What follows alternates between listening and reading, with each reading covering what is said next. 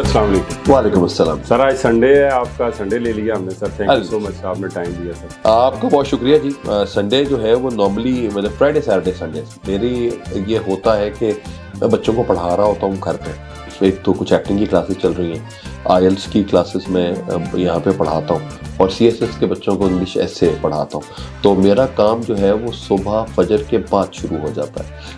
तो Friday Saturday Sunday भी बच्चे जो हैं वो मेरे पास मोस्ट ऑफ द टाइम फजर की नमाज पढ़ के आते और हम 8 बजे तक मेरा एक जो सीएसएस वाला सेशन है वो ख़त्म होता है। फिर दोपहर को आईएलटीएस वाला और अब आपके जाने के बाद जो कहते हैं ना दिन ख़त्म हो जाए तो फिर शैतानी काम फिर एक्टिंग वाला काम पर निकल आता है। बिल्कुल सर, एक मौलम, एक कॉमेडियन, मोटिवेशनल स्पीकर, एक बेहतरीन आर्टिस्ट, ये तो आपके सब लोग जानते हैं आपको इन हवालों से, लेकिन असल में हसीब खान हैं कौन? यार मैं मैं ये चाहता हूँ कि मैं एक ऐसा इंसान बनूँ अगर दुनिया से जाऊँ जब तो लोग कहें कि एक मुस्कुराता हुआ शख्स चला गया, मैं ख़त्म। बाकी तो फैसिलिटेशन है, आप कैसे दुनिया में खैर बांट रहे होते हैं अपने काम से, वही चीज़ ही करता आ रहा हूँ। सर नॉर्मली आपके कपड़े बड़े कलरफुल से होते हैं, आज ब्लैक जोड़ा पहना है, किसकी फरमाइश? वो जी उस आप देखें ना, वो फरमाइशी प्रोग्राम ही आपने कह दिया। तो आप उन्होंने कहा था कि हम ट्विनिंग कर लेते हैं, तो मैं कहा चले ठीक है ट्विनिंग कर लेते हैं। अच्छा सर, शादी आपकी अरेंज मैरिज है या लव मैरिज सर? मेरी बेगम की लव मैरिज है। हम उनमें साथ हुए इसीलिए है कि उन्होंने मुझे कहा कि मैं उनको पसंद हूँ, तो मैंने कहा कि बिल्कुल ठीक, मुझे भी आप पसंद है, तो फिर शादी हो गई। तो सर ये जब आप कोई रोल करते हैं, आपके पास कोई स्क्रिप्ट आता है, तो क्या सोच के उसको चूज़ करते हैं, किस वजह से आप करते हैं? पहली बात तो ये बेटा कि मेरे पास ना बहुत कम स्क्रिप्ट्स आते हैं इसी तरह के।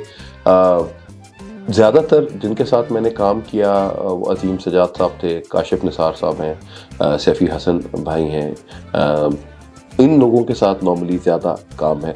तो वो एक कोई कैरेक्टर उनको समझ आ रहा होता है तो वो मुझे ब्रीफ कर देते हैं, यार ये एक कैरेक्टर है, इस कैरेक्टर में ये चीज़ें, तो मुझे लगता है कि आप इसको कर लोगे।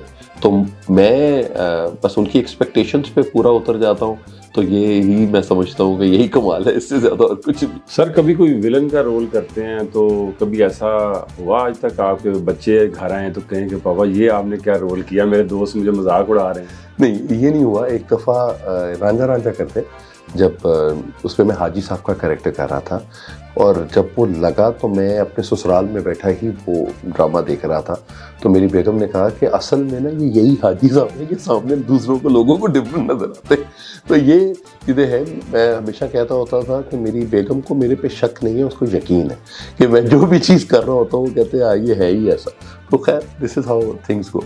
और सर पढ़ाते भी हैं बच्चे, सर आपको कैसे ट्रीट करते हैं? वो आप वहाँ भी मुस्कुराते रहते हैं कि वहाँ पे कैसा आप सर? हाँ एग्जैक्टली, लेकिन वहाँ पे काम की नौयत ज़रा थोड़ी सी डिफरेंट होती है। अगर हमारी 1.5 घंटे की क्लास है तो मैं बच्चों को कहता हूँ कि गपशप का टाइम आपको ज़रूर मिलेगा, लेकिन पहले मेरा एक जो सेशन है वो तकरीबन 40 मिनट्स का हो या 50 मिनट्स का हो, इसके ऊपर पहले बात कर लेते हैं, गपशप लगाते हैं, उसके बाद फिर बाकी आधा घंटा आपको दूंगा, इनके साथ आपके क्वेश्चन आंसर्स हो जाएंगे और कोई भी सवाल आपने पूछना है या तुसी कोई जुगता मारनी है तो मेरे तो ऑफिस में मार लेना, कोई टेंशन नहीं। सर आपके एक स्टूडेंट ने हमें बताया कि आपको बड़ा शौक है गवर्नर बनने का, सर ये क्या शौक हुआ सर? मुझे ये लगता था कि गवर्नर ना शायद कोई पॉलिटिकल उससे आप बनते हैं, लेकिन जिस तरह के गवर्नर आ रहे हैं तो मैं कही यार इसमें आपके पास कोई क्राइटेरिया एज सच नहीं है, क्योंकि अगर आप एक प्रोविंस के गवर्नर की बात करते हैं तो उसका पर्सोना बहुत डिफरेंट होना चाहिए। एक पर्सोना ये कि हर वॉक ऑफ लाइफ का बंदा उससे रिलेट कर सके, और मुझे ये ख्वाहिश हुई बलीगुर रहमान साहब को देख कर। अब बलीगुर रहमान भाई जो है वो बहावलपुर से बिलोंग करते हैं, मेरा ही इलाका है, मैं भी बहावलपुर से बिलोंग करता हूँ। तो मैंने कहा कि अच्छा बलीग भाई बाहर से पढ़ के आए हैं, मैं नहीं यहाँ से पढ़ा है, वो अच्छा बोल लेते हैं, मैं भी कुछ ठीक ठाक बोल लेता हूँ। तो मुझे लगता है कि शायद जो उनकी लेगेसी है, जिस तरह उन्होंने गवर्नर पंजाब के दौर में उन्होंने जिस तरह का माहौल रखा हुआ था, मैं भी कहीं ना कहीं उसी तरह का ही माहौल रख सकता हूँ। तो ख्वाहिश एक जाहिर हुई, एक आई ख्वाहिश, तो फिर मुझे अपनी अम्मा की बात याद आई कि जब भी आपने कोई बात करनी हो तो अल्लाह मियाँ से स्ट्रेट बात कर लिया करें।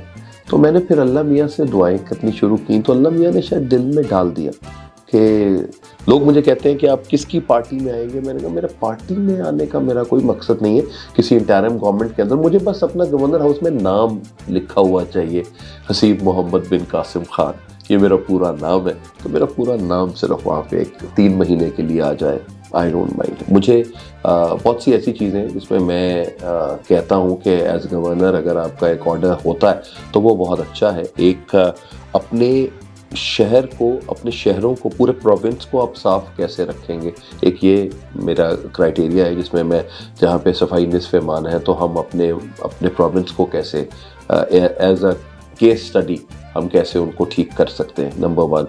नंबर 2, अगर फॉर एग्ज़ाम्पल नमाज का टाइम है तो आपको हर जगह पे काम करना बंद हो जाना चाहिए। तो ये चीज़ें बहुत इंपॉर्टेंट है। उसके बाद इसके कॉन्ट्रेरी, ये तो आप एक रिलीजियस फैक्टर आ जाता है, इसके कॉन्ट्रेरी कि अगर हमने 21वीं सदी में अपने आप को एज अ नेशन बताना है तो हमें अपनी वो कहानियाँ सुनानी पड़ेंगी जो कि मोटिवेशनल है। हमें अपनी वो कहानी बतानी पड़ेगी एक इंसान की कि वो कैसे पॉजिटिव रह के उसने दुनिया में खैर बांटी।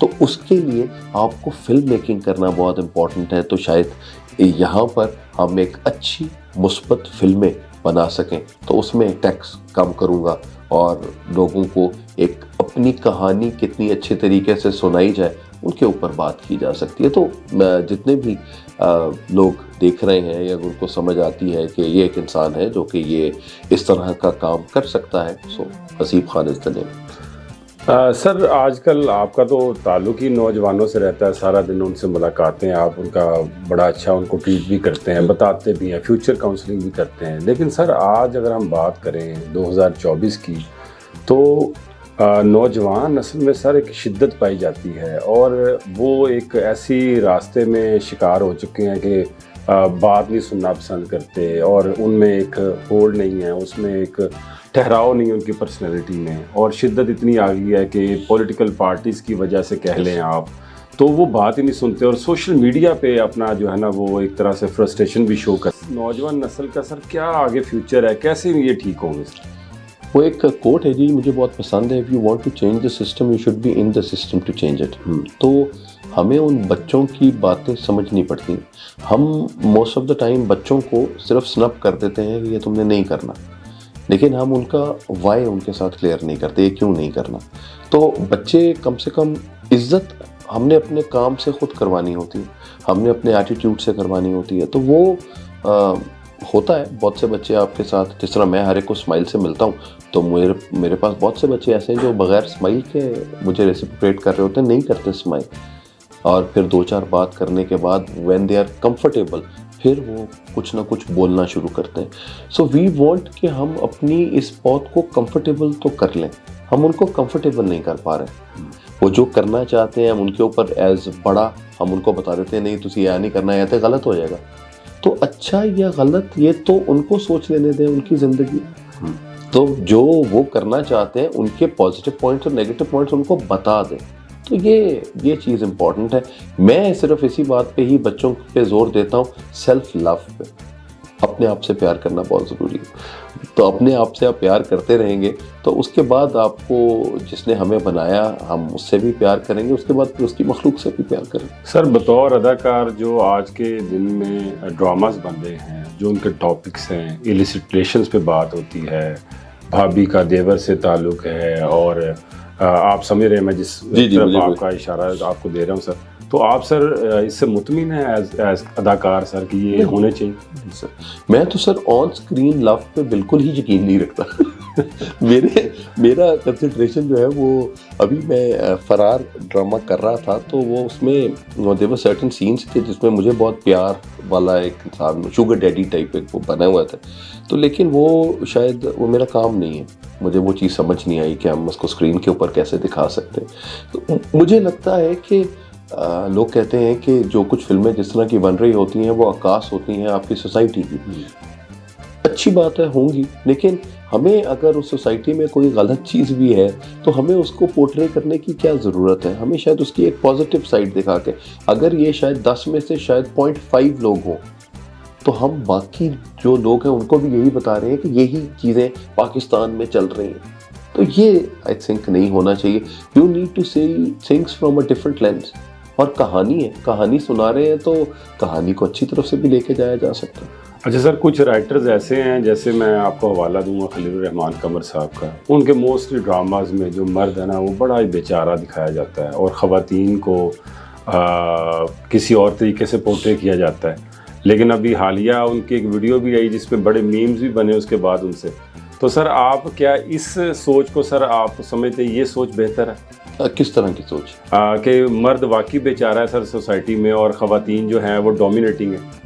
यार अगर आप सही तरह से देखें, हर एक की ज़िंदगी को देख लें कि एक मर्द जब अपनी टीन एज में होता है तो सब लोग उसको कह रहे होते हैं कि मर्द को दर्द नहीं होता, you need to be strong, मर्द हो, मर्द बन, अपने आप को समझ के क्या करना है, छलांग लगा दे, किसी को मुक्का मार दे, किसी को कुसोन मार दे।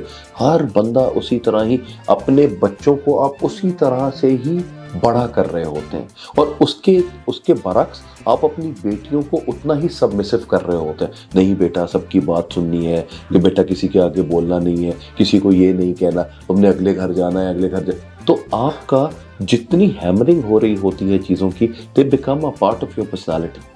तो फिर बच्चा हमारी उम्र में भी आकर अगर 40-50 साल में भी आता है और वो सबके सामने रो नहीं सकता कि यार मुझे दुनिया क्या बोलेगी कि मैं मर्द होके रो रहा हूँ, तो भाई मर्द रो नहीं सकता। क्यों नहीं रो सकता? मेरे वालिद का इंतकाल हुआ, मेरी अम्मा का इंतकाल हुआ, मेरी बेटी का सर फट गया, तो मुझे सबके सामने वो मेरे आंसू निकले। वो इस वजह से निकले कि मतलब मेरे अंदर भी एक इमोशंस हैं। तो आप जब देखें कि आपकी नौकरी हुई, नौकरी अच्छी नौकरी होगी, अब अच्छा कमाएगा एक बेटा, तो तब कोई अपनी बेटी उसको देगा, तो उसका पॉइंट ज़्यादा। फिर जब बेटी आ जाती है घर के अंदर तो बेगम बन के, तो वो उसका ख्याल रखना, उसके लिए उसको सारा वक्त मेहनत करनी पड़ती है। और वो तो बेगमें क्या करती हैं, वो तो हर एक को बता देती है मेरा बंदा ठीक नहीं है, मेरा बंदा ये नहीं कर रहा, मेरा बंदा वो नहीं कर रहा, मेरा बंदा तो ज़िंदगी तो कुछ करता ही नहीं। तो आपको सब कुछ बता के, चला के, अपने आप को लेके जाना, तो आप किससे बात करें? मर्द किससे बात करता है? किसी से भी नहीं। अपना कोई एक दोस्त होगा, अपने वालिद से बात करेगा या अपनी अम्मा से बात करे, इसके अलावा किसी से बात नहीं करता। तो इसी वजह से आपको स्ट्रेस ज़्यादा होता है, एंग्जाइटी ज़्यादा होती है, डिप्रेशन में बंदा ज़्यादा जाता है मेरे हिसाब से तो ख़वातीन की निस्बत। तो हमें सिर्फ कभी कभी आपको अपने आप को पहचानना सबसे इम्पॉर्टेंट चीज़ है कि आपको खुद ही अपने मसले का हल ढूंढना होता है। मैंने एक फिल्म देखी थी तमाशा, उस तमाशा फिल्म में कहा कि वो बंदा जाता है, उसको हाथ दिखाता है, वो कहता है मुझे बताओ मेरे आगे ज़िंदगी में क्या लिखा है। उन्होंने कहा तुम्हारी ज़िंदगी तुम्हें पता होगा कि आगे क्या लिखा है।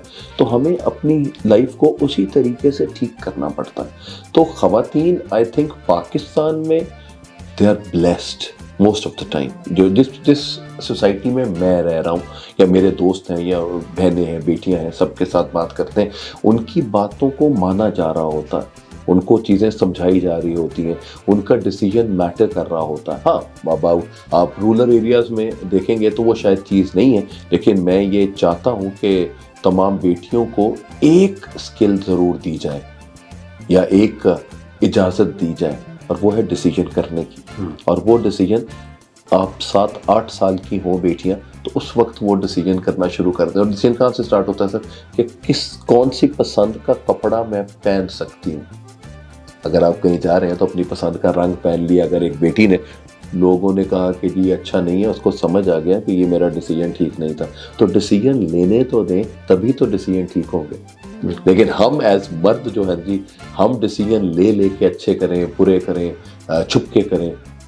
और हम इस एज में दैट आई एम इन, मुझे लगता है कि जब हम पीछे मुड़ के देखते हैं तो हमें कहते हैं हम उन डिसीजंस की वजह से हम अपनी बीवी अपने बच्चों से ये बात कर सकते हैं कि बेटा अब्बा जी ने धूप में बाल सफ़ेद नहीं किए, एक्सपीरियंस है और एक्सपीरियंस से ये चीज़ बता रहे हैं, और एक्सपीरियंस अच्छी बातों का भी है, पैड़ियाँ गल्लां का भी है, तो हर तरह का एक्सपीरियंस है और उस एक्सपीरियंस से चीज़ें समझ लें। नहीं समझ सकते तो कोई मसला नहीं। तो खलील भाई जो चीज़ लिख रहे होते हैं वो बिल्कुल इस बात के ऊपर, मर्दों की बात पे ठीक है कि जब एक मर्द किसी औरत से प्यार करता है, सेल्फलेस हो जाता है, और वो कहता है कि वो कहते हैं ना आपकी ज़िंदगी में एक इश्क आता है और मोहब्बतें कई होती हैं, तो जो एक इश्क है वो तड़ी ऐसी तैसी करके जाता है दुनिया के हर मर्द की तो वही वाली चीज़ें चल रही होती। अच्छा सर, अभी हम टॉपिक्स की बात कर रहे थे कि डिफरेंट किस्म के आजकल सोसाइटी ड्रामाज जो बन रहे हैं, मूवीज़ बन रही हैं। अच्छा, इंडिया में सर अगर देखा जाए सीप साहब के बिल्कुल डिफरेंट है। अभी एक मूवी आई पिछले 1 साल पहले नेटफ्लिक्स पर पड़ी है, OMG2। अब उसमें एक बच्चे को, जो यंग टीनेजर बच्चा है, उसके लिए एक सेक्स एजुकेशन पे प्रॉपर टॉपिक है और मूवी काफ़ी पसंद भी की गई। अच्छा, यहाँ पे अगर हम सोच भी लेंगे ऐसे किसी टॉपिक पे ड्रामा या मूवी, इवन शॉर्ट फिल्म भी बनानी है, तो पूरी सोसाइटी में ख़ास तौर पर वो बंदा जिसका कोई लेना देना नहीं है, वो भी बीच में आ जाएगा। मैं ख़ास एक तबके की बात नहीं कर रहा ताकि आपको मुश्किल में ना डालें लेकिन वो भी आ जाते हैं बीच में। अभी पिछले दिनों VPN गैर शरई है, ये भी फतवा आ गया। तो ये सर, हम इन टॉपिक्स पे क्यों नहीं काम कर सकते? हम इन बच्चों को, अपने बच्चों को क्यों नहीं गाइड कर सकते इन टॉपिक्स पे? हमारे ना बेटा प्रॉब्लम पता क्या है, हमारा जब बेटियां बड़ी हो रही होती हैं तो उनके लिए अम्मियाँ, खालाएँ, नानियाँ होती हैं जो बेटियों को चीज़ें समझा देती हैं कि बेटा आपकी ज़िंदगी में ये फिज़िकल चेंजेस आएंगे, इसे आपने इस तरह से देखना है, समझाते ज़रूर हैं। बेटों के लिए अब्बा नहीं होता है।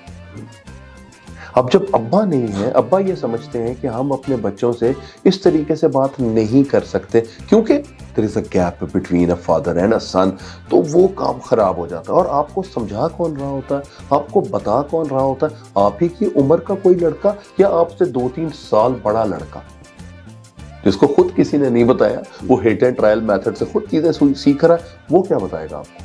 तो हमें देखें, मैं जितनी डिवोर्स रेट्स बढ़ रही हैं यहाँ पे, किस वजह से? एक्सपेक्टेशंस के ऊपर डिवोर्स रेट्स बढ़ रहे हैं कि जी मर्द ये एक्सपेक्ट करता है, औरत ये नहीं करती। कभी कभी कुछ ऐसी ख्वाहिशात का इजहार कर दिया जाता है जो कि एक बेटी, जो कि एक पर्दों में, आपने अपनी बेटी को बहुत पर्दों में पाला और अचानक जाकर आप उसकी शादी किसी जगह पे कर देते हैं और उसका जो माइंडसेट है वो आपकी जो बेटी ने पूरा टाइम गुजारा है उस माइंडसेट से है ही नहीं। तो क्या करेगी बेचारी?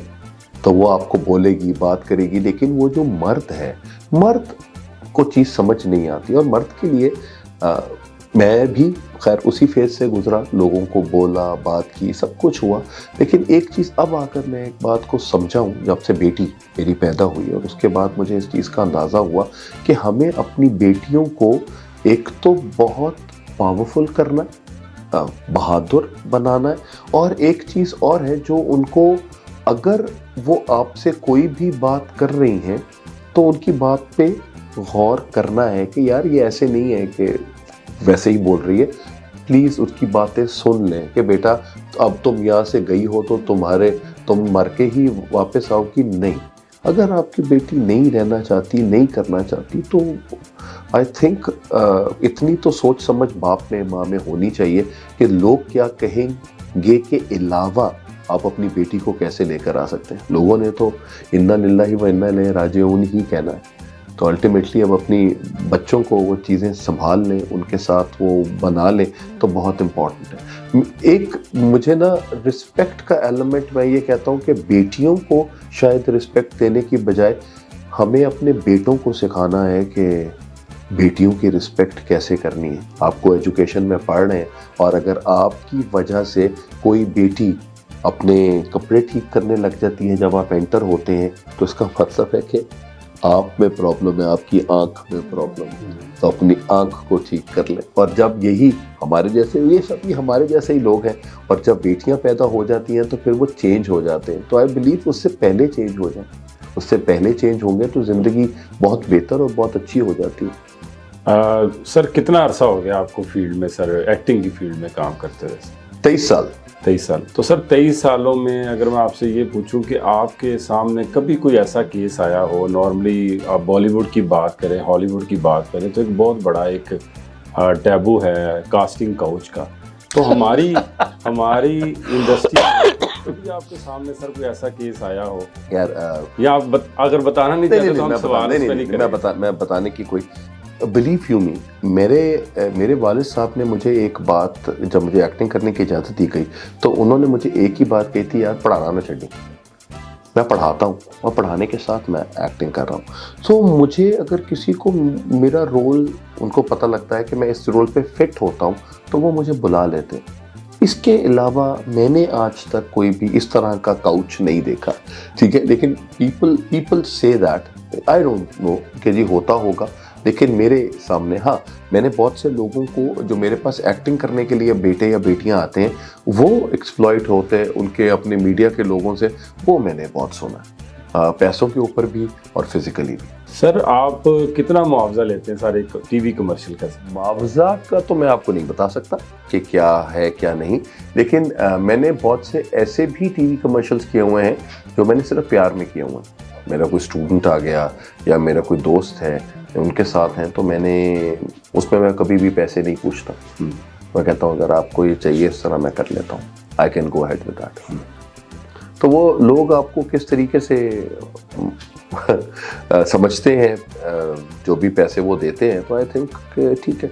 मतलब मेरा कोई इतना हाई रेट नहीं है जिनके साथ कोई बात बोले, बस दरमियान में, मिडिल में, जहाँ पे आपका अल्लाह का इतना करम होता है बहुत सी जगह पे कि अल्लाह ताला जितना मुझे चाहिए होता है उस महीने, अल्लाह ताला कहीं ना कहीं से पूरा कर देता है। और यही अल्लाह मियाँ करता आ रहा है। इतने 50 साल मुझे हो गए इस दुनिया में आए हुए, तो मुझे वो इन 50 सालों में मुझे वो कहीं ना कहीं से वो बात मेरी पूरी कर देता है। बस यही काफ़ी है, इससे ज़्यादा और क्या चाहिए। सर वो लम्हा जिस पे आपको लगता हो कि आप बहुत खुश हुए सबसे ज़्यादा?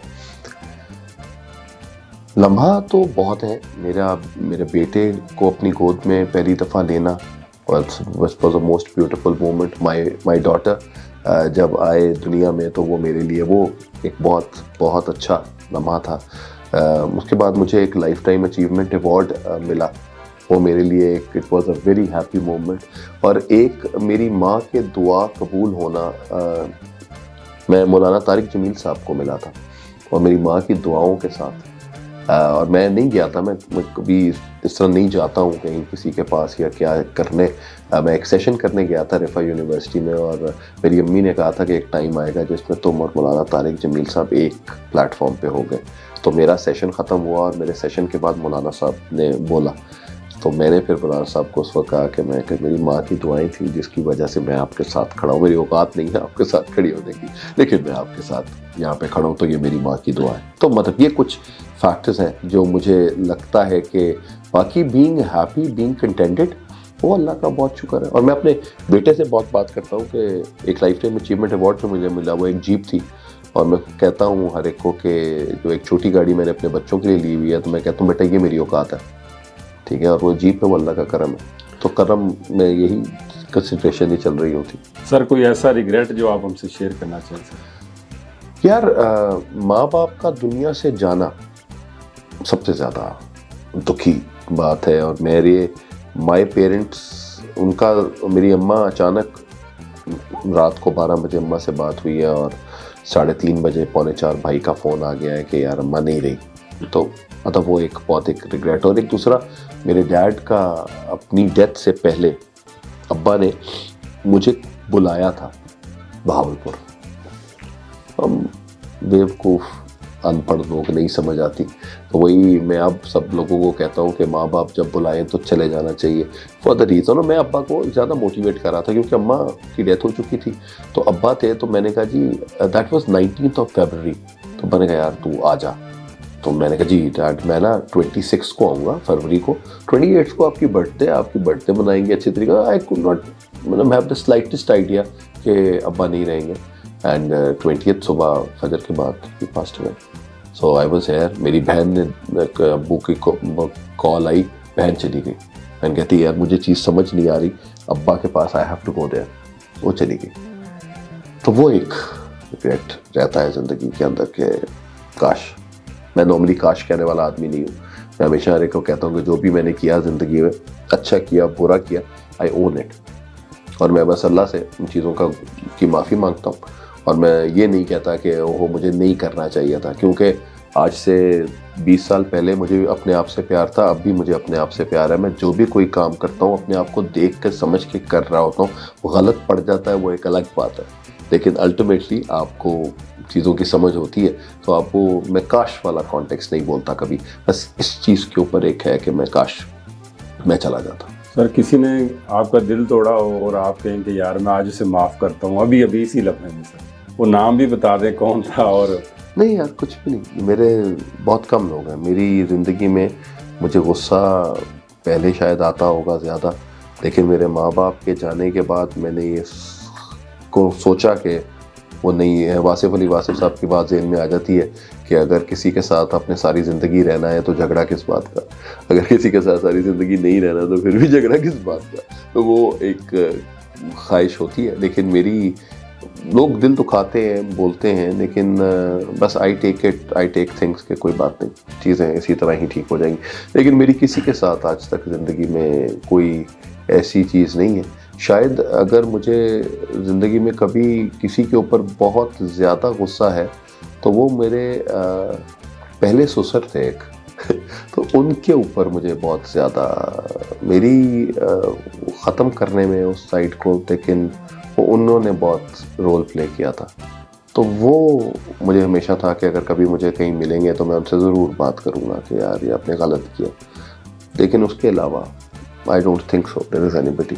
सर कोई पैगाम हमें दे दें, अपनी यूथ को दे दें। यूथ को जी बस सिर्फ एक ही पैगाम है। एक तो माँ बाप कि अब अगर ज़िंदा हैं तो उनको जप्पियाँ और पप्पियाँ डाल दें, उनकी ज़िंदगी में जितना उनके साथ टाइम गुजार सकते हैं गुजारें।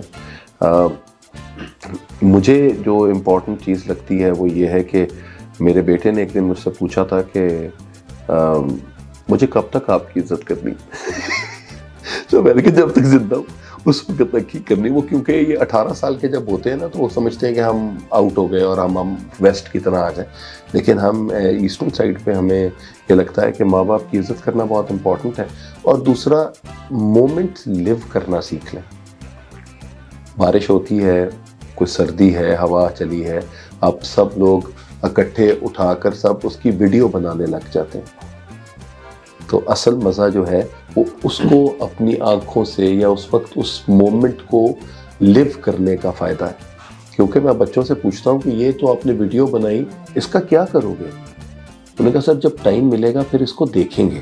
तो मैंने कहा पुत्र टाइम ही तो नहीं है क्या देखेंगे आप? उसी वक्त अगर आपके पास एक मोमेंट है, उस मोमेंट को लिव करें। और वो आपके लिए, वो कहते हैं ना, कुछ तो लोग कहेंगे, लोगों का काम है कहना, छोड़ो इन बेकार की बातों में कहीं बीत ना जाए रहना।